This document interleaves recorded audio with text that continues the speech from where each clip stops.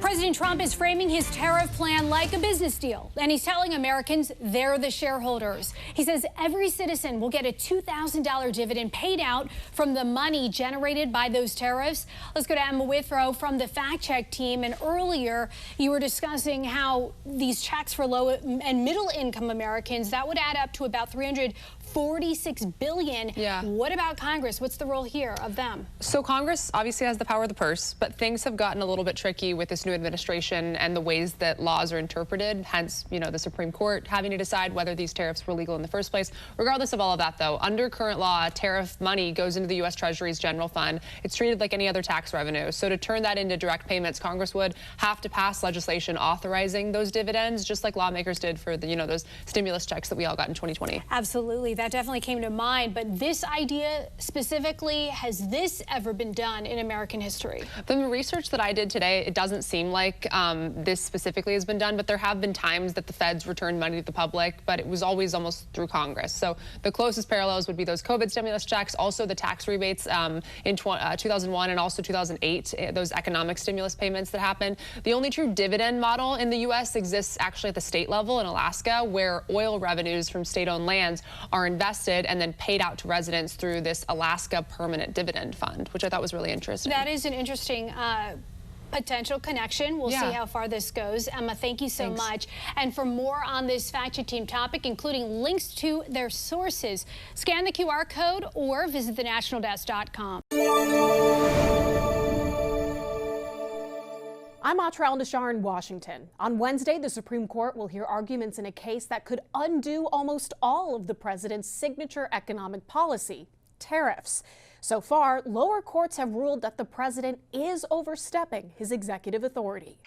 In his second term, President Trump has not shied away from testing the bounds of executive authority. In fact, virtually his entire economic agenda depends on it. Starting tomorrow, the United States will implement reciprocal tariffs on other nations. Those global tariffs followed earlier tariffs Trump placed on goods from China, Canada, and Mexico to address the flow of fentanyl into the U.S. Since the Constitution gives Congress, not the president, authority to impose duties, Trump is leaning on a 1977 law called the International Emergency Economic Powers Act, or IEEPA. IEEPA does not mention tariffs as an option, and Trump is the first president to try it. On Wednesday, the White House will argue to the Supreme Court that tariffs are necessary to address two emergencies: the deadly fentanyl crisis and trade deficits they say brought the United States to the brink of catastrophic decline and dependency on geopolitical adversaries. One person shouldn't have unilateral, unlimited tariff power. Jeffrey Schwab is the director of litigation at the Liberty Justice Center, which filed the lawsuit challenging Trump's tariffs on behalf of 5 small businesses. They say business planning has become a nightmare for petitioners and other American companies. Schwab says Trump has undermined his own claim that a trade emergency requires the use of reciprocal tariffs, which he reduced and delayed by months on more than one occasion. If they were so important that he needed to do them immediately, then why the delay? If the Supreme Court rules Trump's tariffs are unconstitutional, the president says, I think our country will be immeasurably hurt.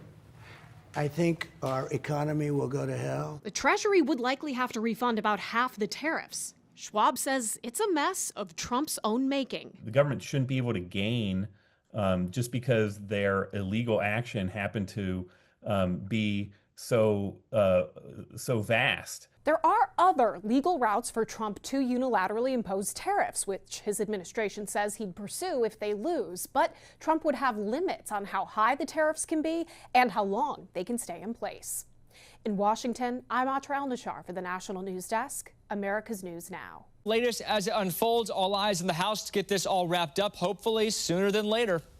With an end in sight for the shutdown, President Trump also hoping to avoid any more roadblocks for his economic agenda. He did warn the U.S. could face an economic disaster if the Supreme Court rules against his trade policy, because the Treasury would have to pay back trillions of dollars in tariffs that it's already collected.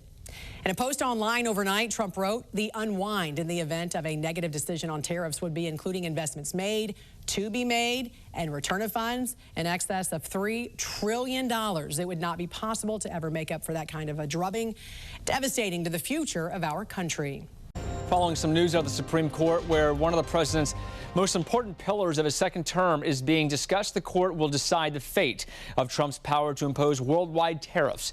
Experts say the stakes of this case are very big, both politically and financially. So far, 3 lower courts have called Trump's tariffs illegal and overstepping Congress, who normally has the ability to enforce them. But the president has argued he has the power to do that without congressional authority by declaring a national emergency under the 1977 International Economic Powers Act.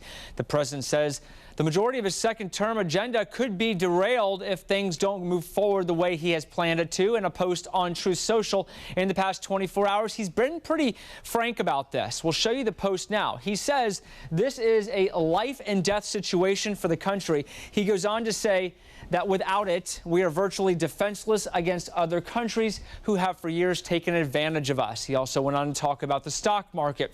Recently, the High Court has handed the Trump administration some pretty big wins, including presidential immunity, limiting nationwide injunctions, and immigration policies as well. Certainly tracking what happens at the Supreme Court. We'll have the very latest for you this afternoon and anytime on our website, thenationaldesk.com. While defending his tariffs in a post on Truth Social, President Trump said he planned on giving all American citizens, aside from high-income earners, a dividend. Let's go to Emma Withrow from the Fact Check team.